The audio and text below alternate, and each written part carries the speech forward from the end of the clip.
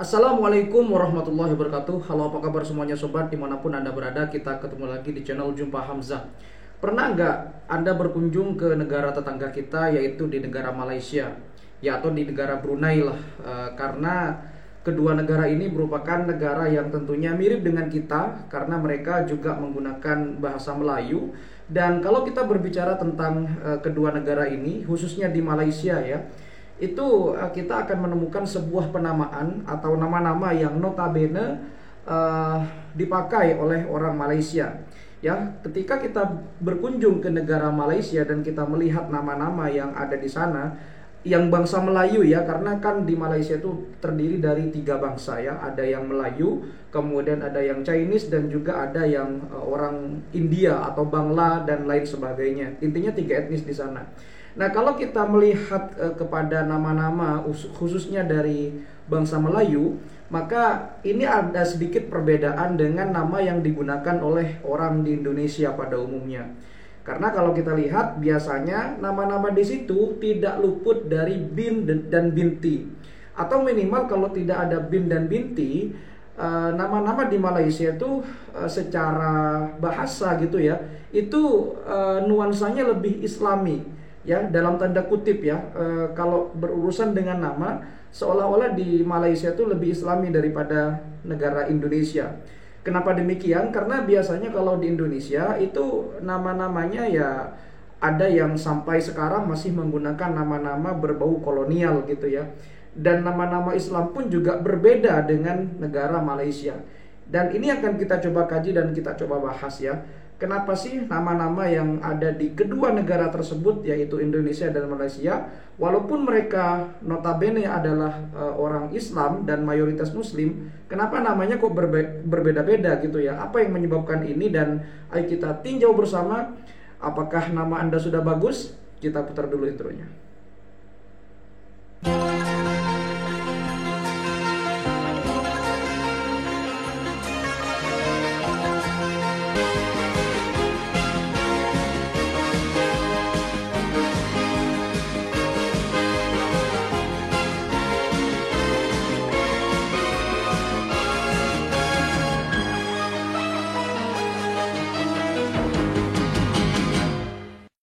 William Shakespeare pernah berkata, "Apalah arti dari sebuah nama?" Tentu ungkapan ini menyimpan makna yang sangat mendalam sekaligus misterius. Karena memang nama itu bukan hanya sekedar pemberian. Nama itu adalah sebuah doa, nama itu merupakan sebuah simbol, dan nama merupakan sebuah karakter dari individu yang berbeda. Ya, mungkin William Shakespeare bermaksud nama bukan segalanya itu adalah sebuah ungkapan yang tentu kita jangan melihat dari seorang itu dari sebuah nama saja, tapi lihat dari kontribusi, perilaku, dan tingkah lakunya kepada masyarakat. Barangkali begitu maksud beliau. Nah, berhubungan dengan nama tentu tidak terlepas dari orang yang memakai nama tersebut. Ya, kadang bahkan orang yang merasa tidak cocok dengan namanya itu berganti namanya. Ya, mereka rela pergi ke pengadilan untuk sekedar berganti nama. Atau bahkan tak jarang ya, orang yang ingin namanya tepat karena nama itu adalah sebuah doa, mereka pergi ke tokoh masyarakat untuk sekedar berkonsultasi masalah nama. Atau mungkin merangkai kata demi kata dari bahasa ke bahasa untuk menghasilkan sebuah kombinasi nama yang unik dan tentunya mudah untuk dikenali. Itu kan tujuan sebuah nama. Entah itu nama dari manusia, bahkan nama-nama dari hewan sekalipun, atau mungkin nama-nama julukan dari sebuah benda yang ada di sekitar kita.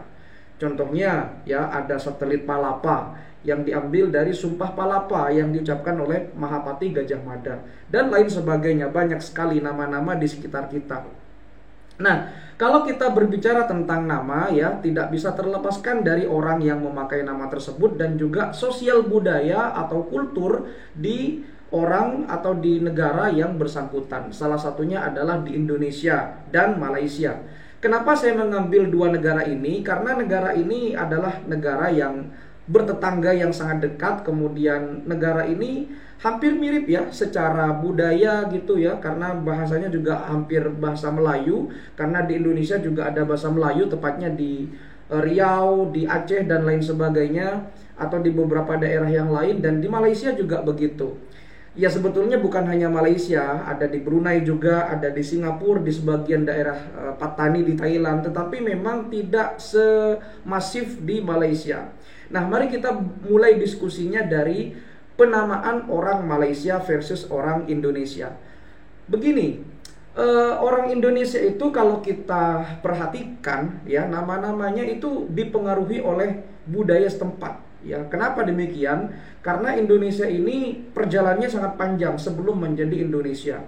Ya, Indonesia ini dulu adalah negara yang tentunya bersifat kerajaan-kerajaan ya, atau disebut dengan Kepulauan Nusantara, dan keyakinan di masyarakat Nusantara dulu terdiri dari dua kerajaan besar, Hindu dan Buddha, sehingga dipengaruhi oleh faktor-faktor itu yang membuat nama-nama atau penamaan orang Indonesia agak berbau bahasa Sanskerta. Ya, katakanlah ada Sri Kandi gitu kan. Kemudian ada Garuda, ya, Maung Garuda, mobil yang dipakai oleh Presiden Prabowo itu kan diambil dari Garuda, dan itu adalah hewan mitologi ya dari bahasa Sanskerta pastinya.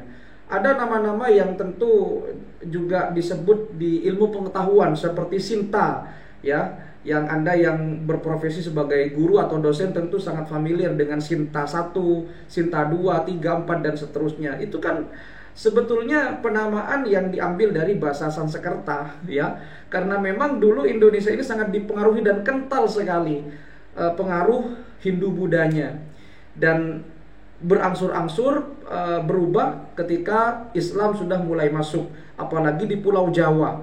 Ya, karena di Pulau Jawa ini sangat erat kaitannya dengan budaya-budaya yang berbau kearifan lokal. Karena dulu kan Islam masuk ke Jawa ini melalui budaya. Ya, salah satu yang terkenal adalah Sunan Kalijogo, ya, salah satu wali songo yang sangat terkenal di Pulau Jawa. Sehingga kita kalau berkunjung ke Pulau Jawa mungkin namanya akan berbeda dengan yang ada di Kalimantan, yang ada di Sulawesi, yang ada di Sumatera, yang ada di Maluku, bahkan di Papua, karena bahasanya juga berbeda.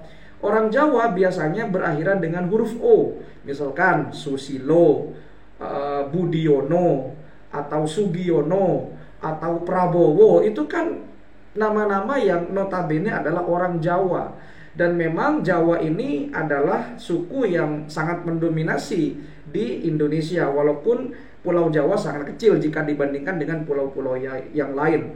Apalagi negara Indonesia ini adalah negara dengan bahasa daerah terbanyak kedua setelah Papua Nugini. Tentu ketika penamaan akan berbeda-beda juga. Nah, ketika Islam datang ya, nama-nama yang seperti Jawa gitu itu mulai berangsur-angsur berubah penamaannya.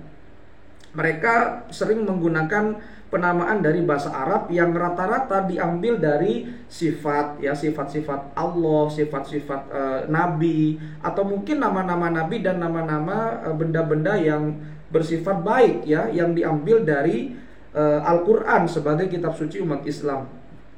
Seperti contoh misalkan Karim atau dipanggil Abdul Karim begitu, Manaf Abdul Manaf. Kemudian misalkan Muhammad Raihan atau Sulaiman atau Yusuf atau Yunus atau Zulkifli dan lain sebagainya. Nama-nama tersebut tentu sekarang sudah menjadi hal yang wajar di Indonesia.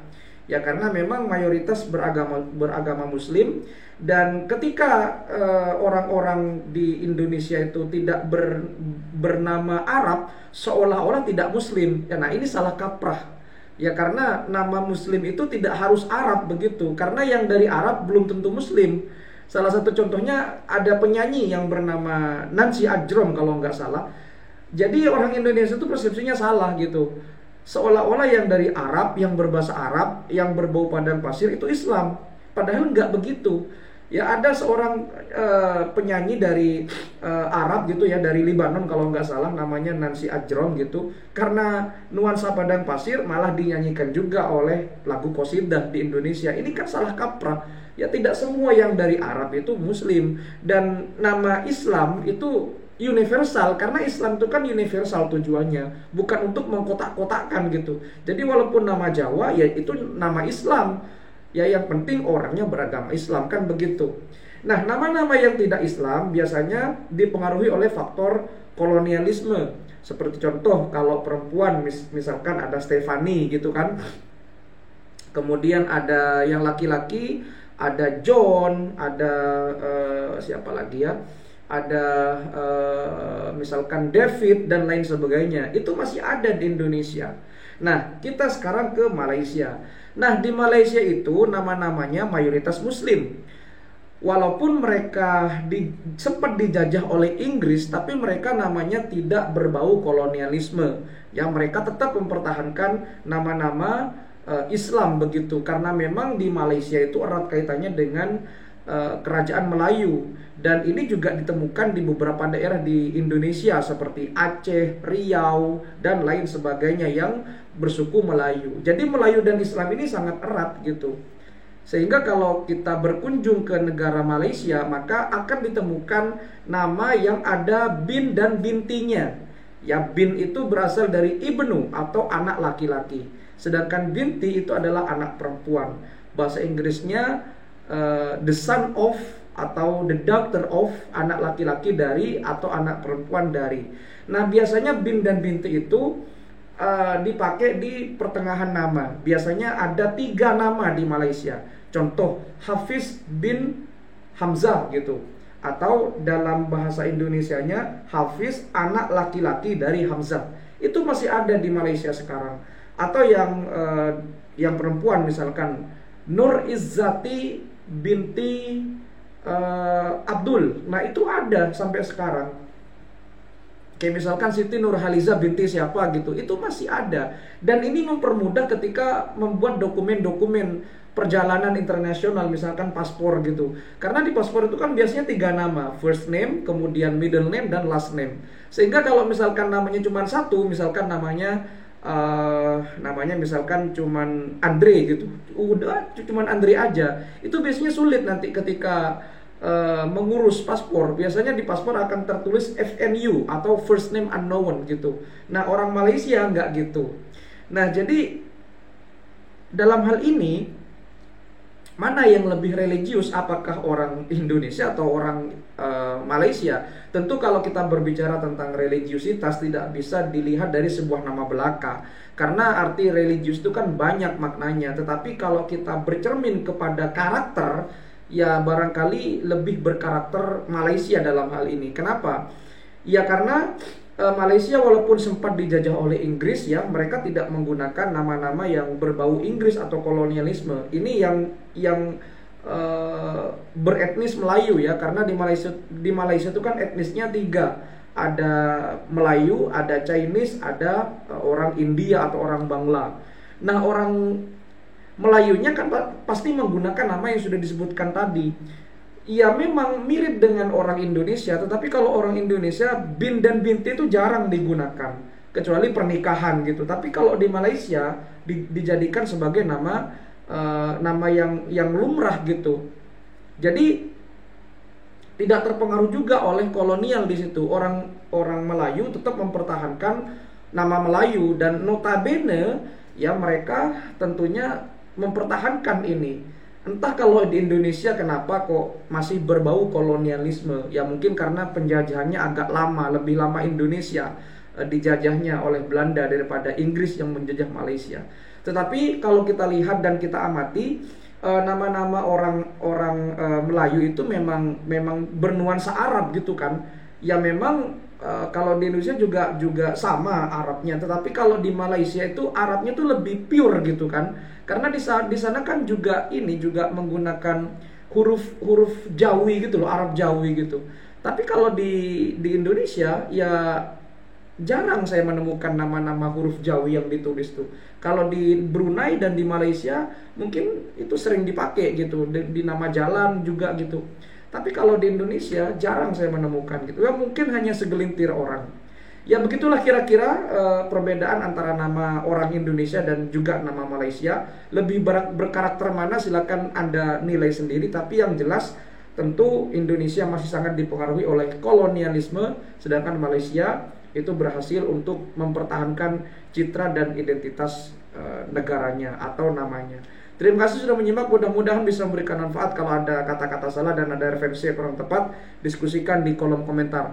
Sampai jumpa di video berikutnya. Wassalamualaikum warahmatullahi wabarakatuh.